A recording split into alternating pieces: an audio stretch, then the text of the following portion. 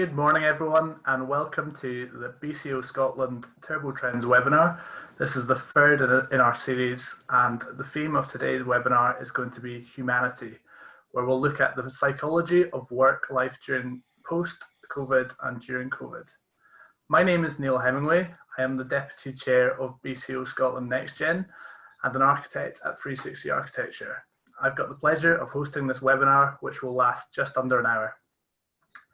Social distancing has turned our lives upside down, and at short notice we've all had to adapt to remote working, moving the office life into the home, and now we make the transition towards returning to offices. This seminar is going to look at how workplaces must adapt so that we feel both safe and appealing. As a company, and I'm sure a lot of you on this call have been through the same process, we've been through our kind of own survey on how staff feel about returning to work.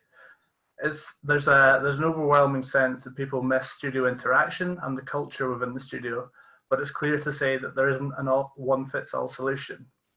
Everyone has different concerns, requirements and opinions. The role of the office is vital to reinforce culture within an organisation, to work collaboratively and to build connections that will have even more essential meaning after the emotional and physical impact of the pandemic. However, organisations now need to develop adaptive strategies that respond to new challenges, including the possibility of future restrictions to our mobility and working practices. Today's seminar will focus on three main strands: communication, how we protect and make everyone feel safe; culture, how do we bring the fun back into the working day; community, how do we bring back a sense of belonging. So I'm joined today by four speakers who we'll be having a conversation with this morning, and it would be great if anyone has any questions to submit this in the question box and the Q&A box at the bottom, and we'll cover this in a separate Q&A session at the end. So to help answer this theme, it gives me great pleasure to introduce the panel of experts. First up, we have Alan Brown from Satellite Consultancy. As a professional facilitator, coach and trainer, Alan has been designing and delivering management and leadership learning and development programs for over 20 years. He has facilitated programs in Europe, Asia, Africa, North and South America, across multiple sectors and in some of the world's largest organizations. Alan's particular interest and expertise lies in exploring new possibilities that help people, teams and organizations achieve more with less time, money and stress. Next, we have Zoe Betts from Pinsent Masons. Zoe is a health and safety specialist who advises companies and individuals on a wide range of regulatory matters.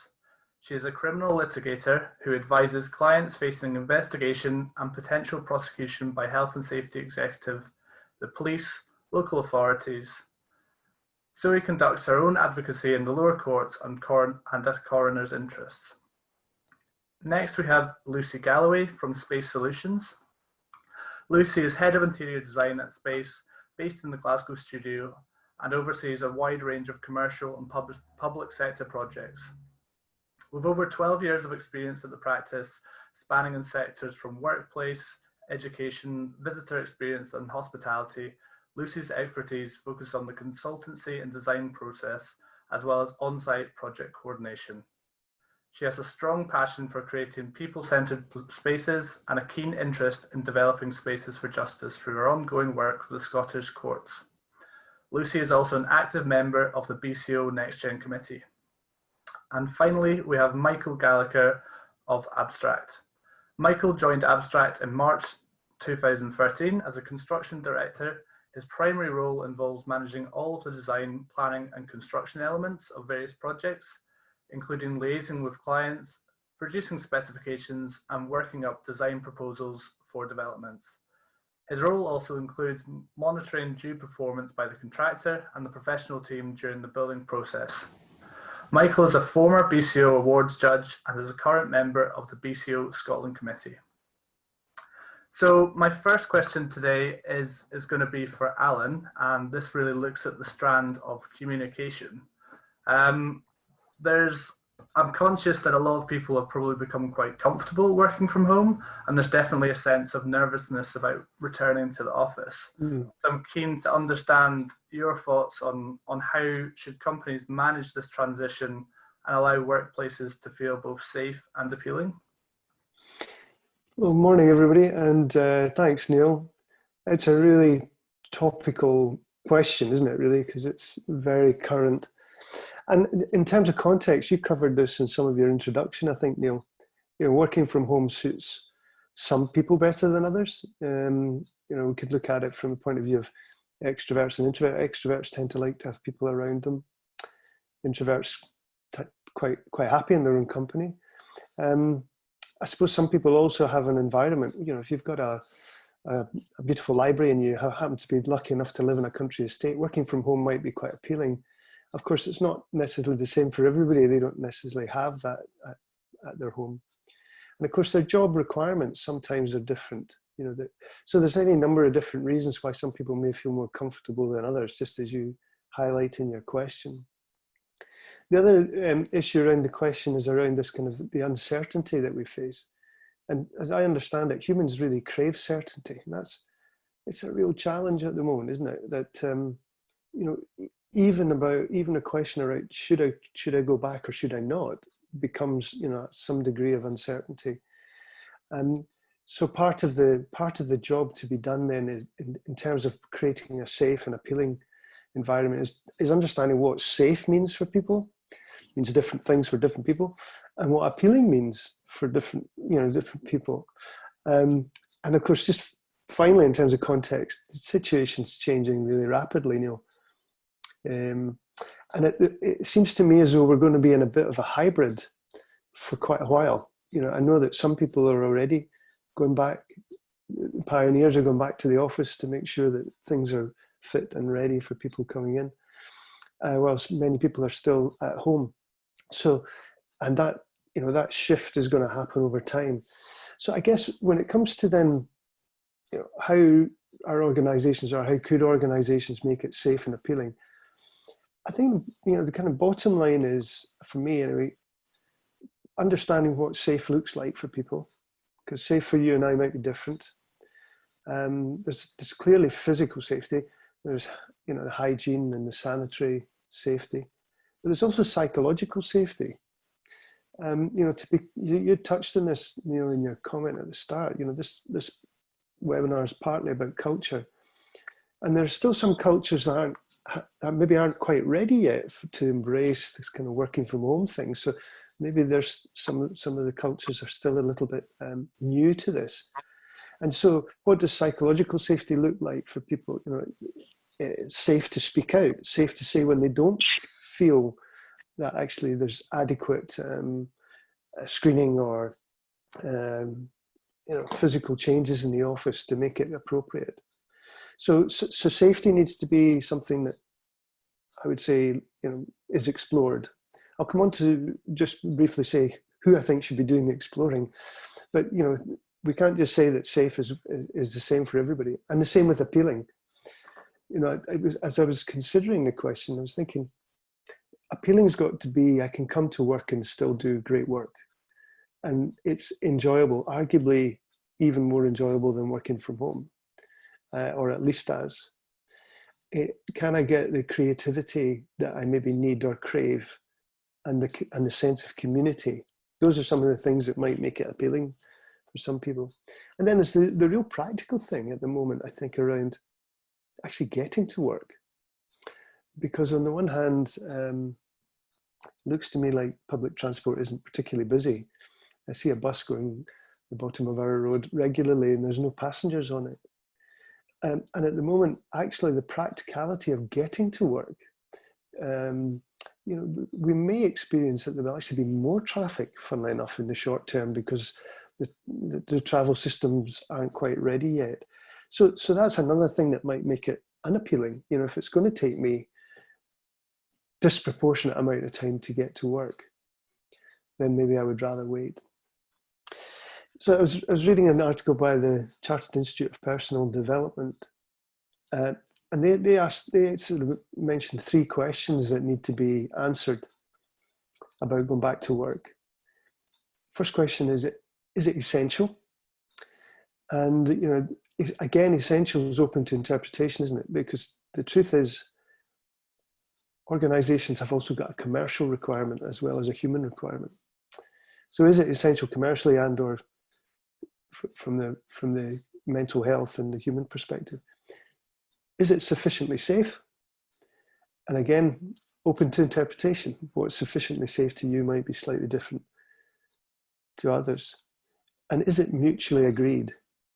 You know, so you know, it seems to me as the environment we're moving to is, or the healthiest environment would be a situation where there is, you know, the contract that an individual has works for them as much as it works for the client, as it works for the firm and the organization. So is there a way that we can make it work for people? So some practical things before I finish.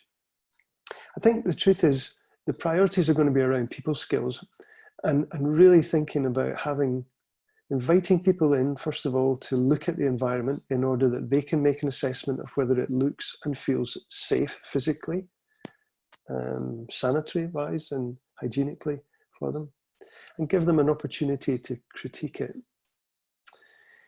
I would say that there's a significant responsibility for leaders, you know, and for leaders to really help the transition work for each of the individuals. That's a huge responsibility, particularly for those leaders who may be new to the role of leadership. But you know, I've been able to answer questions like, what are the most important capabilities for the firm going forward that we must have in the office, or we must encourage, and also being able to give people time to adjust, and that's not always easy. But leaders have a huge responsibility, and we'll say a little bit more, I think, when we come on and talk about the mental health aspects, Neil. The other thing is that, just a couple of final points, you know, there's a vogue for leaders being what we call agile. And for me, agile means, amongst other things, being disciplined in reviewing the actions that have taken place recently, and getting into a kind of pattern where we set up a way of working now, recognizing that that's likely to change quite soon. So let's not just put it in place and then forget about it. Let's have it continually reviewed and checking in with people on a regular basis to say, how's this working for you? Well, you know, if we were to make this better now and adjust it in light of any changes, what would you suggest?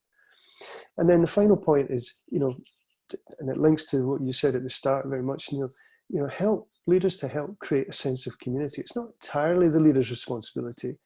We really want to encourage people across organizations to create that sense.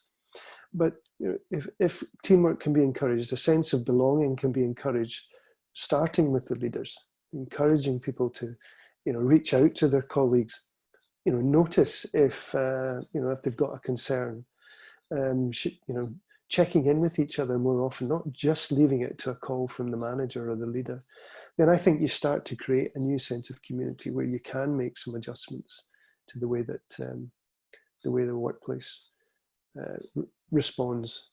So there's a number of measures there, I think, that need to, and some of them really practical, but amongst the most important, really valuing people's skills and really wanting to check in with people on the human level, not just on the kind of performance level.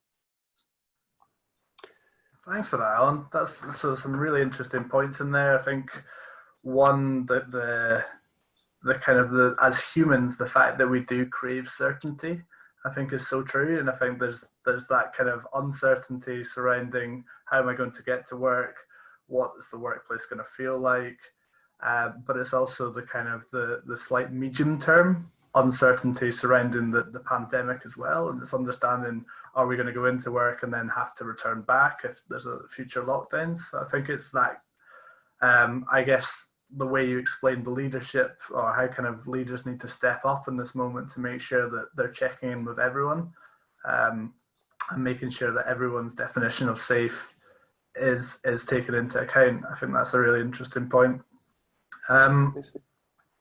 just going to move on to, oh, first of all, check if Zoe can hear us. Unfortunately, I think Zoe's maybe been having some technical difficulties. So if that's the case, I'll move perhaps onto Michael. And I think this kind of segues on, Michael. The question for you is, for the sector really to thrive again, we need to protect and support the people within it. And I'm conscious that it has been quite a lonely, or working in isolation, you do miss the kind of the buzz of the office, and there's a sense of, particularly within the younger generation, that are you perhaps missing kind of career opportunities. What I'm kind of keen to get from your standpoint, and as someone who I kind of looked up to when I first joined BCO NextGen, is how do we kind of bring back that sense of networking? How do we bring the fun back into the office life? Okay, well, thanks for that, Neil. Well, the first thing I would say is I don't think anyone should panic. I mean, ultimately, we're all in the same boat. We have difficulties associated with COVID, which Alan obviously touched on. That there isn't certainty with it. You know, what happens today, what the rules are today, won't necessarily be the rules next week. And I kind of liken that a little bit to the weather. You know, you have no control over the weather. It will be what it will be. Dress accordingly, and just try and adapt as best you can. We can all get really upset and worried about things we've got no control over, but that is ultimately going to really be down to you and your detriment, because if you don't have control over it, there's nothing you can do about it, and you'll just stew thinking about it. However, there are things we do have control over and we can influence, and I think that that's probably a responsibility, as Alan said, of leaders in business, but also as employees. It is the whole community that creates the community. It's not just the leaders. You know, the people that are in the office. If you're the receptionist, you create atmosphere in that office as soon as someone walks through the door. If you are the managing director, how you conduct yourself is going to have a huge influence on your staff. And I think that if we want to inspire, or we want to protect the younger generation and make them feel that they've not missed out on career opportunities, then we have to actually explain to them that, well, you haven't. Quite literally, we know that staff are the most important thing in a business. If you sell product, ultimately it's your salespeople that are going to be the ones that deliver it to the market.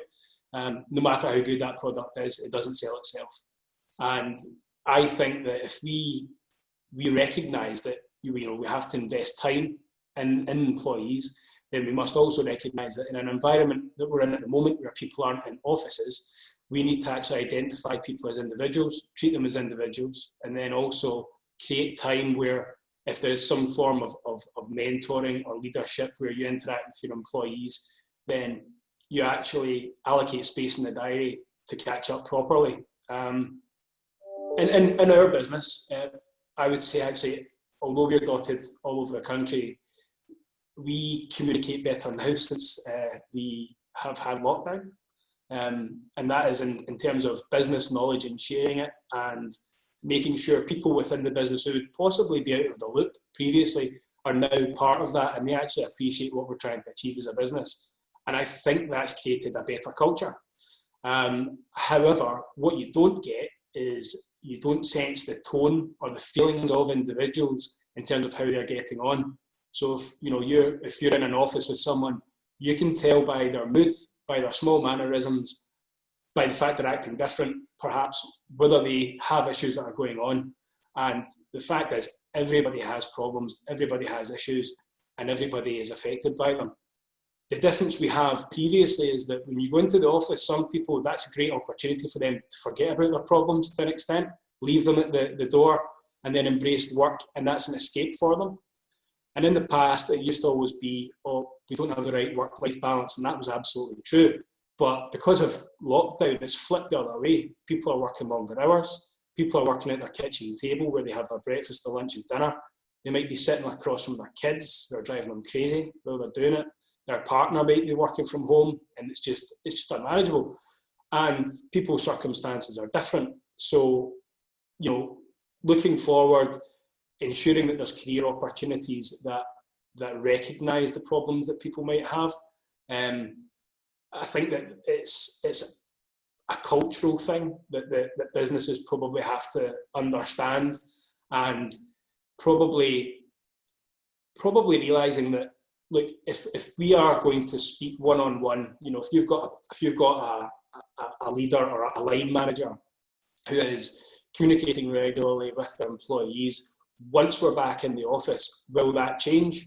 Well, it shouldn't, because the time that's allocated in the diary, that is still as important when we go back to offices as it was or it is now. And I think in the past, we used to pretend that we were doing it. You know, we used to do PDRs and we'd do all sorts of reviews with our staff, but really, if we had to cut time on anything, it was going to be that. And actually, that's people's future. You know, that's the most important thing to an employee, is getting feedback, positive, even if it's negative. Actually, the only way you can improve is by understanding what you're perhaps not getting right. And I think if we recognise, you'd said that career opportunities are going to be limited. Well, in the past, when we had recessions previously, we go back to some 2008, the industry failed miserably in dealing with the recession. First thing they did was get rid of graduates, then get rid of junior staff, people that were probably getting paid the least amount and working just as hard as anyone else, if not harder. We are now in a situation where we've got a generation probably in the age of 30 to 40 that are missing in the industry. And these are the people that we want to try and take over businesses. And it's a real difficulty. I think that in this environment, it's probably more important to spend time with your younger staff and bring them on and explain to them, you are part of this business. We see you being here long term. If you want to be here, we want you to influence our culture, and we want you to bring ideas to the table about how we can help you improve as much as how you can help us improve. So yeah, I think that's probably the main thing. You know, understanding the jobs are still there. You know, the businesses are still there. Your career path before has not changed. No one has got ahead of you. It's not like you've been off sick for 4 months and your colleagues are all moved forward and you haven't. Literally everyone's in the same boat. But it is vital that businesses recognise that their employees need support and they need communication and interaction, and their opportunities are explained to them clearly, because it shouldn't be a secret.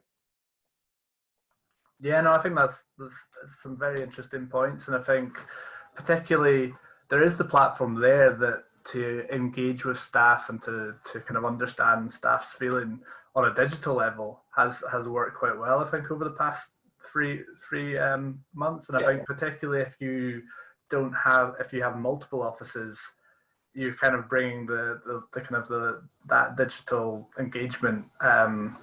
There's a kind of a stronger collaboration that you can form there. And I think the interesting point, I think what you picked up on mannerisms is something that I've definitely noticed. And I think there was a question in the last Turbo Trends webinar that asked about if holograms could come back in, because it's very difficult to understand people's 2D mannerisms compared to like an actual person. And I think that's the test we all have over the next few months, to kind of make sure that we're always checking in and making sure that people who may be on their face for the TV seems good and everything's rosy, but actually in reality things might not be quite as they appear. Yeah, well, there's never ever small talk when you do a web call or a phone call. You'll maybe ask about the weather, because we're all quite boring and British, and it's usually raining in Scotland, so that's the answer. But you never actually genuinely ask someone how they are and how they're doing, because it's work and it feels quite an awkward question to do. But if you're face to face, you would. Yeah, and I think it goes the same within the internal office dynamic, but also externally in a kind of a project team dynamic as well. There's that incidental chat that you have from the door to the boardroom that is kind of missing in a way, and it's how, particularly in the short term, how do we recreate that? I guess I don't know if you have any thoughts, particularly on networking. There's a lot of webinars that we're doing. I don't think that you can. Yeah, I don't think you can necessarily meet new people in the same way. But whatever network you have, I think it's important that you develop it. I think there's probably opportunities for businesses to look at business-to-business type networking, and perhaps in terms of mentoring schemes, rather than just having line managers or people senior within your own business being a mentor, but perhaps collaborating with another business that isn't a competitor, where you can identify a mentor within that organisation, and then you might actually get a bit more of the genuine, how are you developing, how do you feel your career is going, without the fear of, well, actually, I don't particularly like my boss, I don't think he's helping me, I've got a problem, I'm out of my depth. None of those questions or answers do you really want to put to your boss. No, thanks for that. Some very interesting points. Lucy, keen to kind of move on to a more design perspective. Sure. The kind of a paradigm that we'd normally have, or we've had previously, is that design is quite often driven by density and cost, and I think this fundamentally needs to change. We need to think about adaptability instead of permanence, and fluid instead of fixed. I think when we all return, and I think it's kind of enforced it, what's happened over the past 3 months, people now have a whole new appreciation of being together. And I think there's going to be a real demand for a kind of a renewed sense of community. Keen to get your thoughts on how do you see this happening virtually and physically from a design perspective, and how can we design to create a sense of belonging? Sure. Yeah, I think loads of great points there, and I think, you know, what Alan mentioned, what does safe look like? You know, we've always asked clients, what does good look like to you? This is going to change when we do the briefing exercise. Safe is going to be key priority, certainly in this immediate terms. I think everyone's probably had sight of the 2 metre or 1 metre physical distancing plans, and that is to ensure that safety is absolutely met. And I think critiquing that is so important. But yes, we can adjust the furniture that we've got in a space. We can have, you know, all the signage in the world, but does that actually shout out a safe space if you fill it with loads of signage? It needs to happen right now in the short term. And I think a lot of companies are maybe gearing up to go back to the office, albeit in a phased return in the autumn. Some organisations have already come out and said, we're not going to return this year. We're actually going to get everyone together and return when we can, hopefully come January 2021. So there are toolkits and signage, and that's virtually and digitally, because as Michael, you said, we're all in this, you know, that we've all been kind of shoved in the deep end here, and it's new to everyone from the junior member of staff up to the MD, and it's an experiment. And I think that's really important in this immediate phase, not to react too quickly, because we don't know really what's going to come. So it has to be communicated. But I think we are all super keen to get the social element back, to get the community element. Still needs to be professional, but why would we go back to the office when we are performing? And most organisations have said, you know, task-based work is still being done, is still being met, we're still carrying out jobs. But how can we improve productivity going forward? So that means creating better space for people to be inspired, to collaborate. That's maybe saying less of an emphasis on desk numbers, quantities, more of an emphasis on social spaces, collaborative spaces, meeting spaces, flexibility, because, you know, what might have been a fixed row of meeting rooms actually needs to be much more flexible than that. But I don't think those physical fundamental changes will probably come until next year, because as we're all keeping everything crossed that there isn't another wave. We don't know. We talked on culture, and values, I think, are more important than ever for businesses and for everyone who's part of that organisation to understand and to feel those values. I've certainly been speaking with my team, and there's a real, we've lost that kind of, in a way, going to our professional home. We've lost that stepping into another environment, and in a way that sense of purpose needs to be readdressed and reignited. But in interior design, I'm a big believer that different spaces blur into one. I remember back in 2008, yes, we were all there, so please rest assured, this for the NextGen and for graduates, try not to panic. You've not lost out. There will be opportunities. There are opportunities. Come crisis evolves innovation, and it will happen. And you can even look back on some of the earlier BCO awards. I was involved in the Skyscanner office at Quarter Mile. That was game changing at that time when we were doing the brief for 2008. So what's it going to be like, the briefs next year? Well, I think it's going to be more focused on community, more focused on teamwork, more focused on cross multidisciplinary learning from each other, across all sectors. And yes, I can't say, okay, we're going to have every office is going to be modular. No, it's got to be right for that organisation and that organisation's values.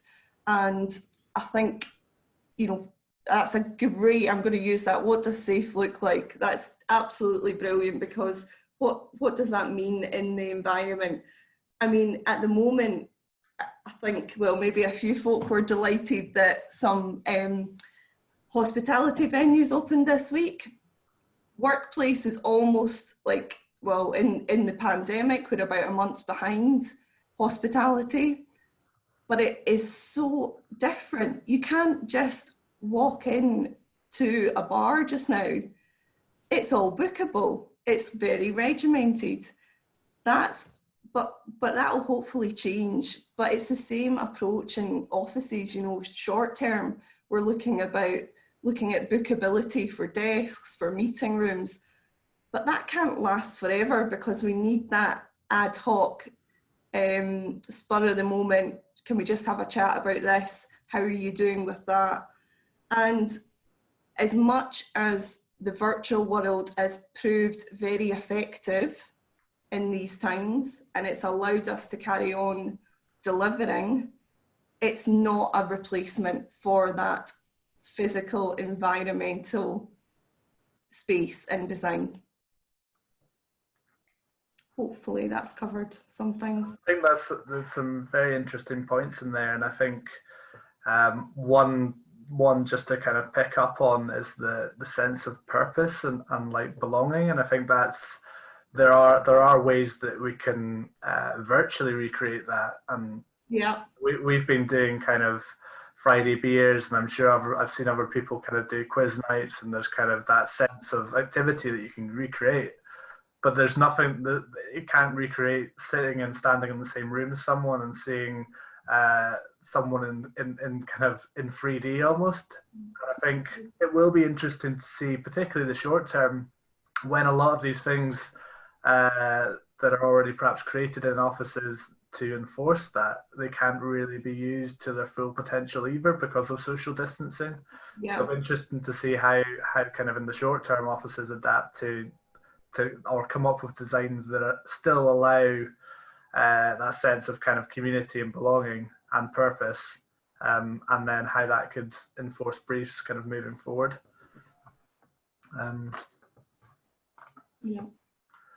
Yeah, I think, this stage is not being completely reactive, using what spaces and what arrangements, what furniture you have, but modifying them. Yes, creating virtual Teams chats, social events, that's great. But I think what's also really, really good is to have that, you know, impromptu check-in, and just try not it to be project or task specific. I think that'll help everyone. It'll help the whole company wide. Yeah, oh, thank you. I think the virtual thing as well, you've talked on it, Michael, on the mannerisms. It's also the sensory qualities, like the smells, the sounds, the, you know, what you're hearing, like what you're hearing in the background noise, the background chatter, all these things make up our environment, and that's all been diluted and muted for 3 or 4 months. So I think everyone's craving that. Yeah, no, absolutely. And I think this, or my kind of next question, takes that to Alan almost, and it's looking at, it's conscious that Microsoft Teams, Zooms, all these calls, and the kind of the virtual reality is suited very much to extroverts. Whoever talks the most will get the most screen time, and conscious that if you are an introvert and you're maybe not as vocal in a larger group setting, then your voice perhaps is less heard. And I guess, Alan, I don't know if you've kind of, if you have a similar opinion. I was wondering if you had any thoughts on what mechanisms could be put in place to make sure that we're supporting everyone, and if there are people that are kind of getting left behind, how can kind of teams allow and make sure that they're managed, and people maybe just need to have a slightly different conversation and environment for their concerns to be raised? That's a great question, Neil. And you know, a lot of what Michael and Lucy mentioned there really chimed for me. So Lucy, you mentioned it being an experiment, and I noticed in an article in Management today, they said it's the largest work from home experiment ever, and it is really.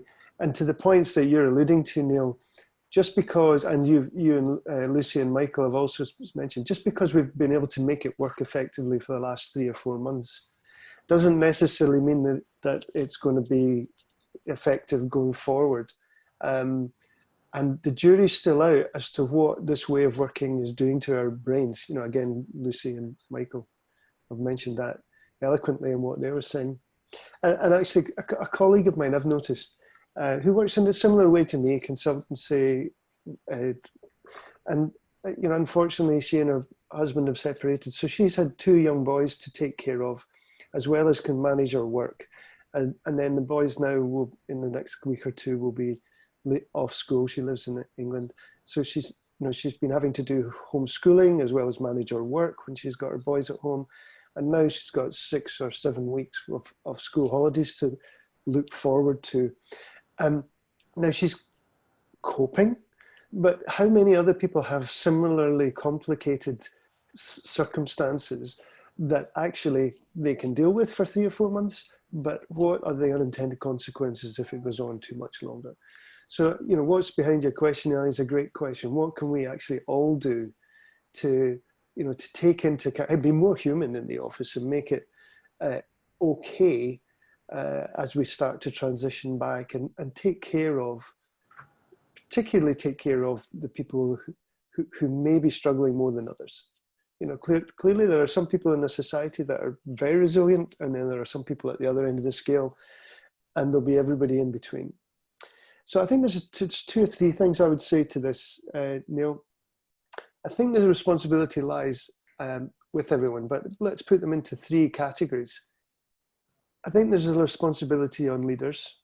I think there's a responsibility for individuals and also for teams.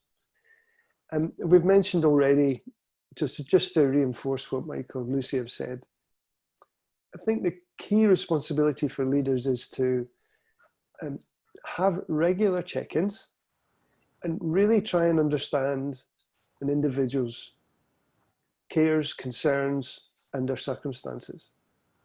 And to your point, Lucy, you know, ostensibly the subject is not about the project or the task. This subject is about the individual. And of course, it's very difficult for individuals to perform at their best unless their cares and their concerns and their circumstances are being taken into account. So leaders need to get upskilled if they're not already skilled in having those kinds of conversations. You know, what are you concerned about? What is your purpose? What are you caring about? What's going on for you right now?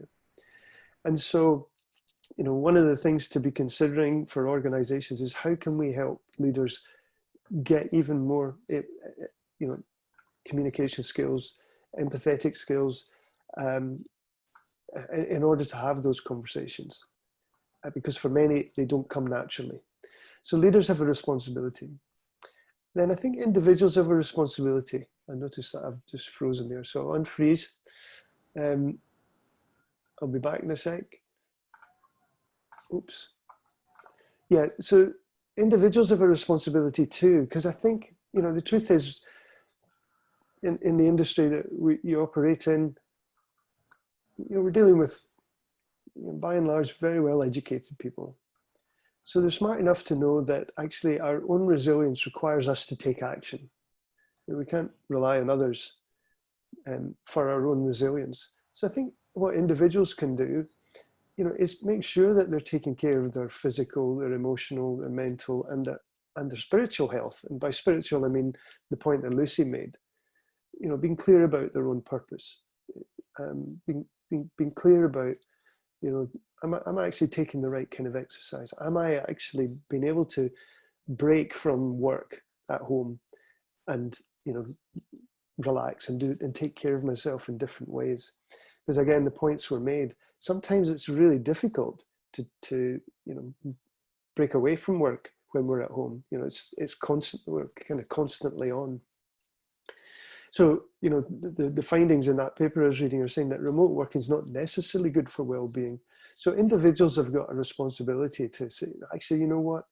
I've been in front of my screen for long enough today, however many hours that is, 4 or 5, probably longer in many cases. I need to take some exercise. I need to read something different. I need to engage in conversation about something different. So I think, you know, I would really encourage individuals to own it as well. And then, of course, it's a lot easier when we get encouragement from others, you know, and here's where I think team working can really, really help. You know, in the past, team working was about getting the job done.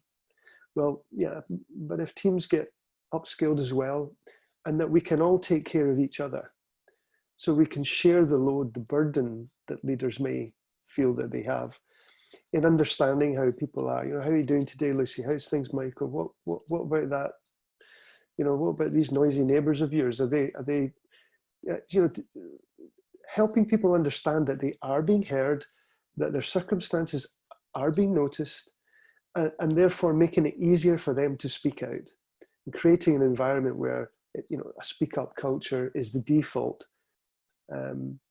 So I would say, you know, it falls into those kind of 3 camps. It's incumbent on everybody. We can all do something different. We can start to take care of ourselves.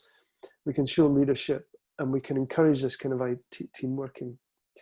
And, you know, as we've kind of alluded to, out of sight, out of mind can lead to personal and professional isolation, and that can be detrimental to long-term mental health. So those are some of the unintended consequences I think that we want to be attending to sooner rather than later. Neil, I've no idea if that answered your question. I'm sorry. No, I think that certainly did, and picked up on some quite important points. I think particularly how leaders need to look at it and how individuals. And even for me personally, I'm conscious that the first couple of months working from home was quite easy, but now it feels there's a definite Groundhog Day where it's kind of like the scene in Wallace and Gromit where you get up, you have your orange juice, you have your cereal, you go to your desk, you go to sleep, and I think it's missing all the other things that are associated with going to the office, whether that's popping for a coffee nearby and all the kind of different interactions that you would have along that course of the day. Absolutely, which is so important. Absolutely, Neil. Sorry, go ahead. It's a kind of a similar theme, and I'm going to go to the floor now. So there's a question that's come in from Hazel Pearson, who is a member of the BCO Scotland Committee, and it's kind of in a similar vein to what you were discussing, Alan, about isolation, and particularly looks at silos. So I'll ask this question, and it's kind of mainly directed to you, but if anyone has any other opinions on it, then please jump in. In the future, there's going to be a lot more of blended approach to them, and as more people choose to work from home. Is there any tips on how we make sure silos aren't created between home workers and office workers, and ensure a high quality connection, cohesion, and equal opportunities for all? So I mean, that's a very interesting question, and I think it's a challenge that we're all going to face, where because people will have different opinions on how they want to work and where they want to work, how do we make sure there's not that them and us situation? Yeah, it's a great question. Thanks for the question, Hazel. It's right on it, isn't it? Because that's really where we're getting to now. Because the hybrid's already started, hasn't there? There's blended approach of both. And again, what comes to mind, one I think what we're all realizing is that in many organizations, the culture needs to shift. And it could be just a little in some organizations, and for some organizations, it could be a lot. But in any way, what needs to happen is that cultures need to shift to embrace this, let's call it this new way of working. We don't know exactly where it's going to end up. And in order for that to happen at any kind of appropriate pace, what we need to be able to do is create environments where trust is evident. And that really does start with leadership, because if with the best will in the world, we may have great ideas coming from our colleagues at different levels, but if the leadership of the organization don't trust us to be able to implement them, or to do the right thing, or to work together, then there always will be constraints, and the culture won't be able to shift as quickly as possible. So what's the key leverage on trust? Well, the one thing I would say, I would really encourage to all leaders, is to don't be afraid to show some vulnerability. Oftentimes leaders think that they get paid for being right, or being the smartest person in the room. I know that's not exclusive, but sometimes that comes with the leadership. We expect to know more than others. And I would really ask people to suspend that and say, you know what, we don't have the answers. What we really need to do is work together to come up with the answers. And, leaders put themselves out there. And that, for me, will allow people then to start to say for them what's true. Not straight away, but obviously that's the encouragement that they're going to need. If it's okay for leaders not to have the right answer or the answer, then it's okay for others to start to share their concerns and their vulnerabilities too. And it starts there because, once we start to create a culture where trust happens, then we can start to confront some of the conversations that need to be had, and quite quickly. So this idea of silo working is not necessarily, unique to one sector. It's endemic in many organizations. It's not about bad people being bad. It's just the way that structures are set up. So, organizations need to then reward the kind of behavior that they're looking for. So the reward systems may need to change. So we want to reward people for working across the organization. We want to reward people for sharing information and knowledge. And so for that, leaders need to make that clear, that that's something we value. That's a capability that's going to allow us to work in this environment, arguably better than our competitors. There's still going to be a competitive game out there. So we want to get this done in relative terms as quickly as possible. And ensuring high quality connection, again, to Hazel's question, it's going to be a combination of things. And I know organizations really, every single poll that's ever done about staff attitude or staff satisfaction says that communication could be better. That's always the case, isn't it? And so that's not an excuse for us to be complacent, far from it. But again, I think what we want to do is we want to take it to the organisation and, perhaps set up small cross-functional teams, maybe diagonal slices so you've got more senior and some junior members, maybe in small, from 3 to 4 people, to say, here's an issue about communication. What's your best idea? What would you propose to the organisation? Don't leave it to one champion or one group that's particularly disenfranchised because it doesn't work for them. Intentionally involve and make up small groups to deal with those issues of connection, of cohesion, equal opportunities, and so on and so forth. And I think if you create an environment where trust happens, where managers and leaders are vulnerable, and small teams are allowed to take on challenges, not necessarily solve them themselves, but come up with great ideas to, build some momentum, then I think leaders can be suitably surprised. I hope that they'll be suitably surprised with the ingenuity and the innovation that can be created when people are given that scope. That made some kind of sense. Thanks for your question, Hazel.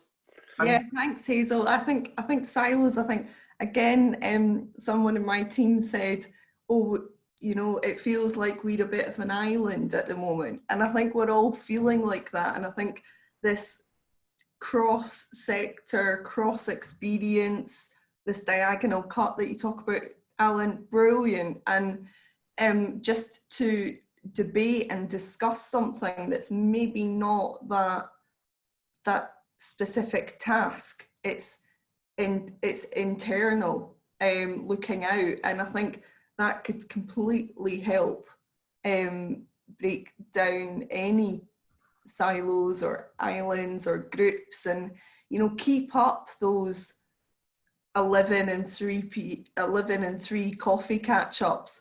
If some are in the office and some are working from home, keep doing that. Yeah. Don't get rid of them, because they're all really positive things that we've built into this new way of working. Yeah, I think that's a really good point, actually. Alan touched on saying trust and culture are two of the main aspects. If you think about home working previously, there was a perception that people that are working from home are working less or not working as hard. Now, we've all done it. Now, all of us can't be working less hard. Someone must be doing the work because it's getting done. So we know that that's not necessarily the case, but as Neal also mentioned earlier, we know that home working isn't for everyone. You might not have the environment, you might not want to. So it really comes down to what Hazel had asked. It's about choice. So if there's choice, all of the employees, not just the leaders, because if the leaders say, we're okay with this, people can have a blended approach to work, the people that choose to go to the office cannot look down at the people that are not at the office. And equally, the people that are not at the office cannot feel hard done by for not being at the office. It's actually a cultural perception and approach everyone has to embrace. And I think that there's probably small things that as businesses or as leaders we can use to make that easier, and that being, if we're going to have meetings, let's try and have the meetings as a team when all of us are in the office, if possible. If we're going to have small breakout meetings, well, actually, we still have to use the call and set up a Zoom, because we're not doing it without Frank, Isabel, whoever, being involved in it. And that is taking responsibility. And with time, the culture will change and you'll do it automatically. Yeah, and I think it kind of goes back to one of the first themes of this is almost adaptability. And we've all over the past 3 months suddenly learned how to use Microsoft Teams, how to virtually communicate to each other. And it's another kind of asset to the way that we work. And I think it's bringing that mixture, not forgetting all of the skills that we've learned over the past 3 months, but it's also how do we implement that into a physical setting within the workplace. And I think that's where it's going to be quite exciting, where in terms of workplace design, things might change to allow that mixture to happen. Conscious of time, so there's a couple of questions that have come in for the panel. One which we've kind of got 6 minutes left, so it's going to have to be a fairly concise answer. But this is from Rob Cargill. Lucy, great point made in respect to reigniting the sense of purpose. in respect to the businesses we work for, do the panel have any ideas on how best to achieve this? And I think that's definitely an interesting one. Purpose is something that we all really need to have, if not more than ever now. And I think, how can we kind of enforce that and allow individuals who maybe are losing that sense of purpose, how can we instill that back into their mindset? It sounds like Maslow's hierarchy of needs, this whole discussion. Look, everyone's sense of purpose is different, isn't it? You know, what you get out of your work is obviously going to be different from the next person. I think that if we go back to one of the earlier questions, speaking about mentoring and trying to make people feel valued, that's probably where you can start to identify what will inspire people and reignite them. You know, you have to create the environment as leaders to allow people to share that information and feel that they'll not be judged for essentially saying what they want to get out of their work life, or even their life actually, and also what they feel they can contribute to the business. And then you create the conditions that facilitate them being able to actually do that, I think. Totally, like, follow those aspirations, and we all need to be inspired. And I certainly know, personal point of view and within my team, you know, you need to feed design for us constantly to know what's the next trend or what's working, or the new products or materials. And that's why design events are so important to the learning. But there are other ways, you know, just read what inspires you, connect with people that you may not normally have, but everyone's in the same boat. So I'm fairly confident if you send an email, 9 times out of 10 you'll get something back, because people care, and they want to see, you know, they want to know that others are in the same boat and others are needing to be inspired as well. Yeah, no, I think it's definitely an interesting point. Conscious of time, so I think we're going to wrap up here. Definitely some very interesting points raised by all the panelists, and thank you for everyone that joined. I would like to thank the panelists. Unfortunately, Zoe, there were some technical difficulties, so Zoe couldn't actually join from a legal perspective, but hopefully everyone that joined the call has found this very interesting and informative, kind of moving forward into the next transition that we make, moving back to the workplace. I guess in summary, and I think, like, I really liked your statement, Michael, dress for the weather. We don't know what the weather is going to be for the next 3 or 6 months, and I think it's about that. It's about adaptability, making sure that we're prepared for anything. And I guess, Alan, in terms of your summary, leaders really need to be communicating, and there needs to be that kind of that check-in facility, but also leaders be aware that they can show their own vulnerability as well. And I think that we're all in this together. We're all human. It's not a time to kind of put on a brave face. I think everyone's going through their own challenges, and I guess as individuals, we all kind of need to reconnect and find that sense of purpose, whether that is from working remotely, or whether that's when we return to the office. It's almost, we've had this pause point. What is the new purpose moving forward? And then as teams, I think it's about really trying to reinforce that culture, checking in for everyone, making sure no one's left behind. And I think as a kind of a unit, we'll all come through this stronger, hopefully. So would just like to say thank you for everyone joining. Thank you for the panelists. And yeah, look forward to the next webinar. Thanks very much, Neil. Thanks, guys. Pleasure. Thanks, Neil. Thanks, everyone. Stay safe.